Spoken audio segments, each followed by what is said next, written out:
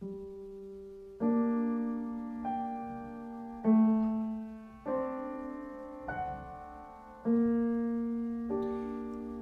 cuando me enteré del accidente de Vic, recuerdo que me llamó Luigi y estaban en la montaña. Yo no me di cuenta de la gravedad del accidente hasta que subí por las escaleras del hospital y vi que era en la planta de lesionados medulares y vi cómo estaba él en la cama. Ya cuando estaba en el hospital, Luigi me volvió a llamar y me dijo que Víctor estaba ingresado en el hospital y que no movía ninguna parte de su cuerpo. Entonces ahí fue cuando realmente me di cuenta de que era una lesión grave y que podría tener pues, duras consecuencias. A la primera persona que le dijeron que Vic se iba a quedar tetrapléjico fue a mí. Me dicen que Víctor tuvo un accidente y yo digo, ¿cómo está? ¿Qué sé dónde en el hospital, Valdebrón?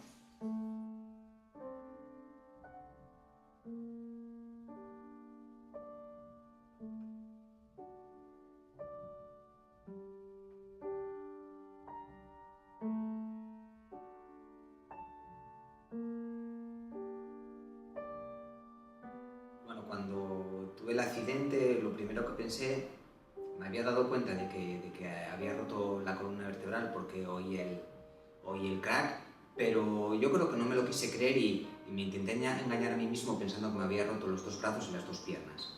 Y fue lo primero que comenté, pero en el fondo sabía que me había roto el cuello, sí. Vi que estaba todo agarrotado, vi que mis manos, mis dedos estaban haciendo unas formas que sería imposible de una manera normal tener esas formas que tenían los dedos y realmente me di cuenta de la gravedad de la situación. Y yo cuando lo vi me impactó mucho porque claro, yo tenía la imagen de un Víctor, de cómo era Víctor, que Víctor siempre era una persona alegre, una persona con luz, y lo vi demacrado, apagado, hundido. Pues por la cabeza me pasó de todo, pero lo que no me pasaba era que mi hijo pudiera quedar tetrapléjico, como después de la operación fue lo que nos dijeron. Me llevaron al hospital, realmente nadie me quería decir nada, yo estuve consciente en todo momento y bueno, rápidamente te empiezan a meter drogas, empiezas a verlo todo de una manera diferente y lo que sí recuerdo es cuando desperté de la operación, tenía una persona al lado mío, me parece que iba vestida de verde y con acento latino y yo le pregunté, doctor, ¿volveré a caminar, volveré a hacer snowboard? Y la persona, pues bueno, no me quería dar ningún tipo de dato concreto, yo insistí y bueno, él fue la primera persona que me dijo, mira, en silla de ruedas pues hay vida, podrás tener vida, podrás hacer deporte y podrás seguir haciendo una vida normal, aunque creas que ahora mismo en silla de ruedas pues no hay nada más allá. Y fue la primera vez que me dijeron que no iba a caminar más.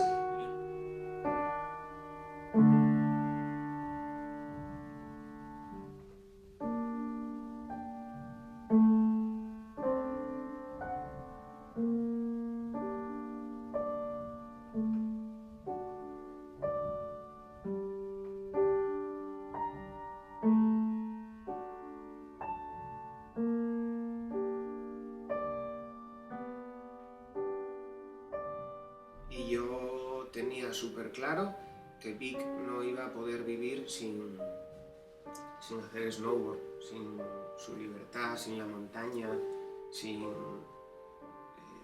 eso, porque él había renunciado a muchas cosas a lo largo de su vida por disfrutar de la montaña, por disfrutar del snowboard, por vivir libre en Vaqueira, y ahora se lo iban a quitar.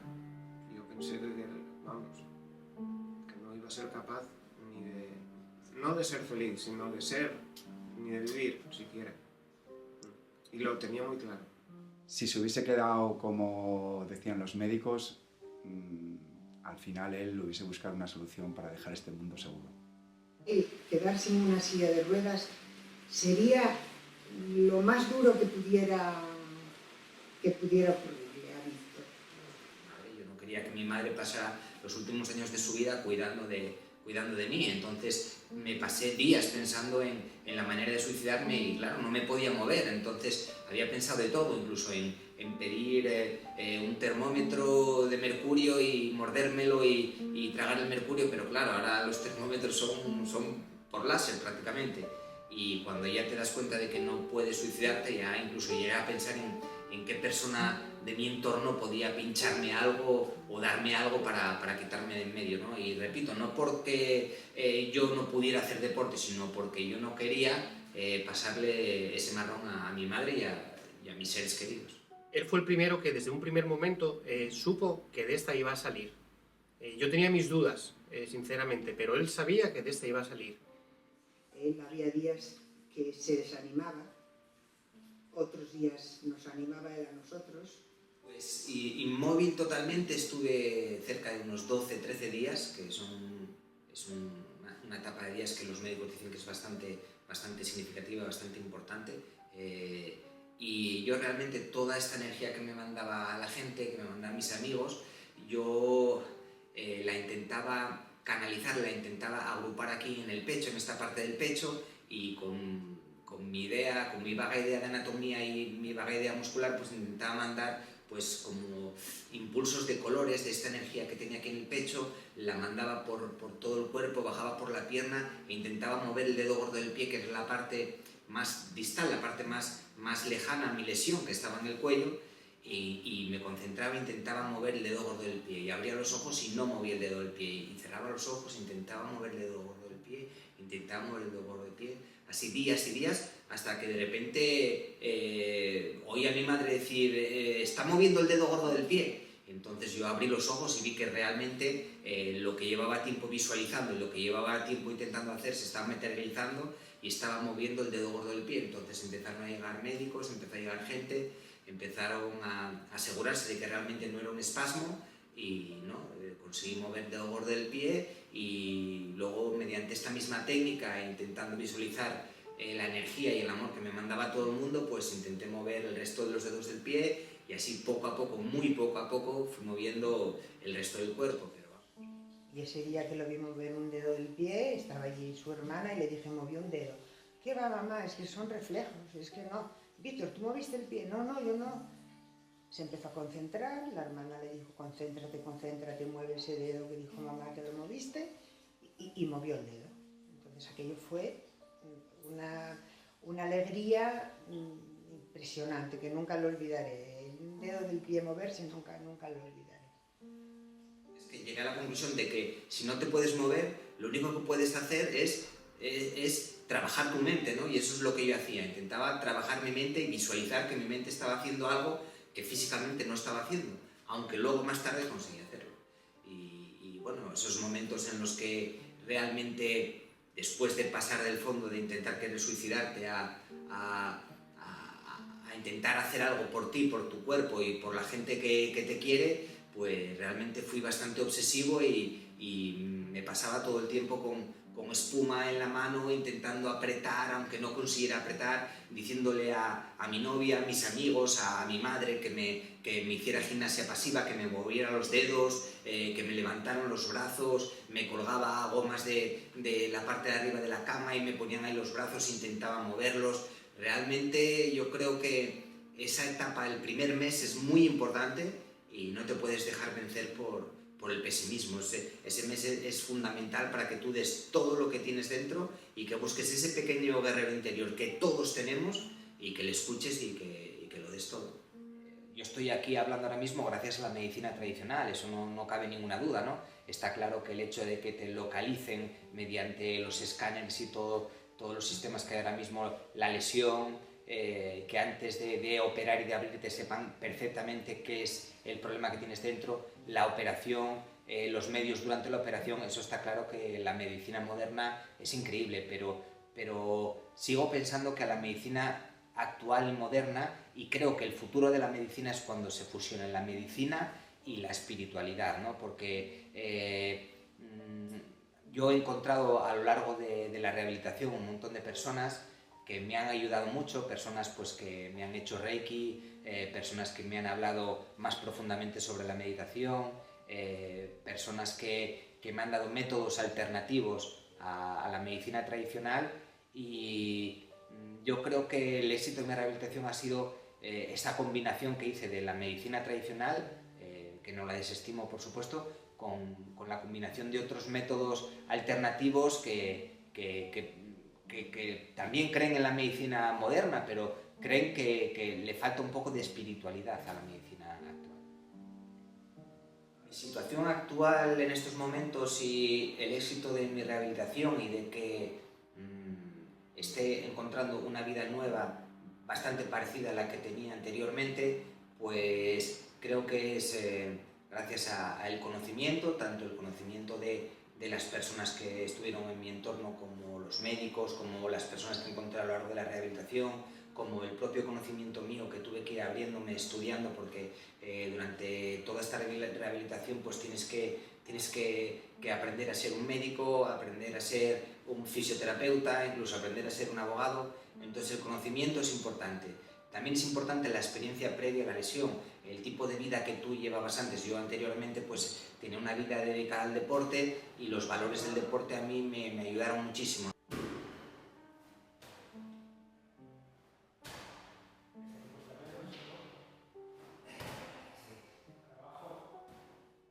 Soy autónomo ya desde hace meses, pero mi vida en estos momentos está plenamente dedicada a rehabilitar. Me levanto por la mañana y me paso 3 horas en el gimnasio, me echo en la cama a hacer meditación, me pongo electroestimulación, si todavía el cuerpo tengo suficiente energía, sigo entrenando, sigo estirando. Realmente me dedico el tiempo que estoy despierto a intentar rehabilitar, ¿no?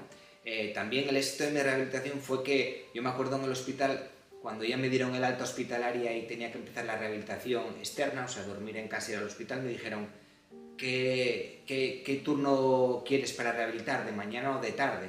Y yo dije: el de mañana y el de tarde. Iba por la mañana, rehabilitaba por la mañana en el hospital, comía en el parking del hospital una comida que me preparaba mi madre en un tupperware, todo esto en la silla de ruedas, y por la tarde seguía rehabilitando. Y no solo eso, sino que además, en cuanto salía del hospital, me iba a un fisio externo.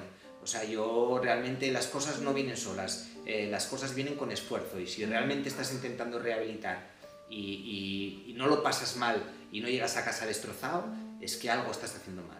O sea, esto nadie dijo que iba a ser fácil, ni nadie dijo que comiendo flores y meditando te ibas a curar. No, esto es trabajo diario. Durante mi estancia en el hospital y rodeado de gente pues acostumbrada a ver pues casos como el mío de lesiones medulares, realmente poca gente se atrevía a decirme que iba a caminar. Incluso yo me acuerdo que ya hacía mis pasos en el taca-taca, y recuerdo que a los 3 meses de la lesión, que no es que caminaba, no había dado todavía mis primeros pasos sin ayuda, pero con un taca-taca pues bueno, me podía desplazar. Y me acuerdo que la médico todavía me preguntaba qué era las esperanzas que yo tenía. Yo le decía que tenía esperanza de volver a hacer snowboard, y ella me dijo que no, que me quitara eso de la cabeza y que aceptara mi lesión de una vez por todas, ¿no?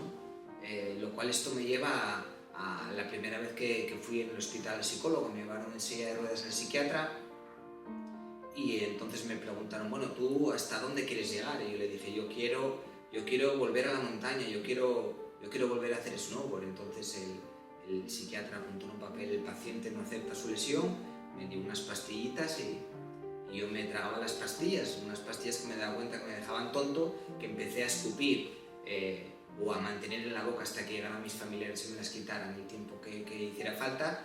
Y la siguiente visita que tuve al psiquiatra, bueno, ¿qué? ¿Sigues queriendo ir a la montaña? Y yo le dije: no, doctor, yo lo único que quiero es ir al baño y limpiarme solo.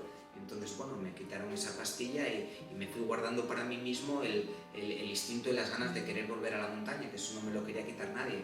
Yo realmente en el hospital no encontraba a nadie que me apoyara, no encontraba a nadie que me dijera: no, tú vas a poder hacer lo que tú quieras hacer, lo que tú esfuérzate al máximo, que ya veremos hasta dónde llegamos. No, era todo: acepta la lesión, date cuenta que tu vida va a cambiar.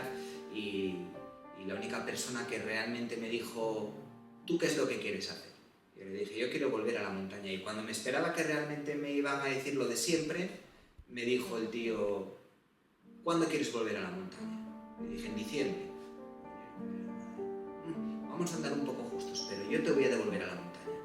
Y yo abrí los ojos y realmente a mí, en concreto, el hecho de que una persona creyera en mí y que una persona me dijera que yo volvería a tener la vida que yo quería tener, a mí eso me dio alas. Yo soy un convencido, David, por eso estoy en estos jaleos, de que cuando hay un daño neurológico adquirido, con un sistema nervioso totalmente ya desarrollado, que estaba explicando él en una analogía, que la autopista, digamos, que se encharca, tú tienes autopistas de comunicación con todo tu cuerpo, la autopista se encharca o se ha agrietado, yo creo que por ahí no puedes pasar, pero el coche va por otro camino y llega donde sea, más adelante o tal, y encuentra la vía sinática. Tengo mis dudas sobre cuando eso es de nacimiento y no está desarrollado todo el sistema nervioso. Por ejemplo, un niño de 5 años, 6, que está bastante desarrollado el cerebro, pero no todas las vías sinápticas. Entonces ahí está. Pero en un daño adquirido, yo estoy convencido de que hace falta mucho. Pero ¿por qué cuando hay días que no hago ejercicio me quedo tan rígido, tan tieso? Porque no involuciono hacia atrás. Claro, no involuciona. Si no trabajas, esto es como... O sea, que el resto de mi vida dejo de hacer deporte, dejo de entrenar y voy para atrás. Efectivamente. O sea, que estoy condenado, que para mí es una condena. No, salvo que recuperes al 90%, más del 90% el sistema nervioso, que lo recuperas. Eso con el paso del tiempo tú lo recuperas, tienes que recuperar coordinación y velocidad, que es lo que te falta. Pasa que Víctor tiene una ventaja y una tal, que él está dispuesto a trabajar y está motivado para recuperarse. Hay mucha gente que espera que se lo hagan los demás. El terapeuta, el médico, el físico, quien sea. Ese es el problema. Yo no puedo hacer nada si él no hace caso, no hace bien. Y hay mucha gente que espera que se lo hagan los demás, o que venga el que sea religioso, que venga Dios y se lo solucione. Eso es imposible. Gracias a esta persona estoy ahora mismo aquí hablando e intentando dar este mensaje de esperanza para todo el mundo que tenga una lesión medular incompleta. Lo más importante y lo que resume cualquier éxito de rehabilitación, llamando éxito de rehabilitación a lo que a los límites de lo físicamente posible, está claro que es la actitud. O sea, la actitud frente a la lesión lo es todo. O sea, al final el problema no es el problema, es tu actitud frente al problema. Yo creo que su rehabilitación va a llegar lo más lejos que sea posible llegar dentro de la lesión que él tiene. Después de la gran desgracia, tengo la gran alegría de ver a mi hijo como está, disfrutando en parte de lo que a él le gusta, y yo muy feliz, muy contenta. A mí me gustaría que pudiera llegar a correr, eso es lo que me gustaría, que pudiera llegar a correr. Y empecé a pensar que realmente lo volveríamos a ver subido en una tabla de snowboard, ¿no?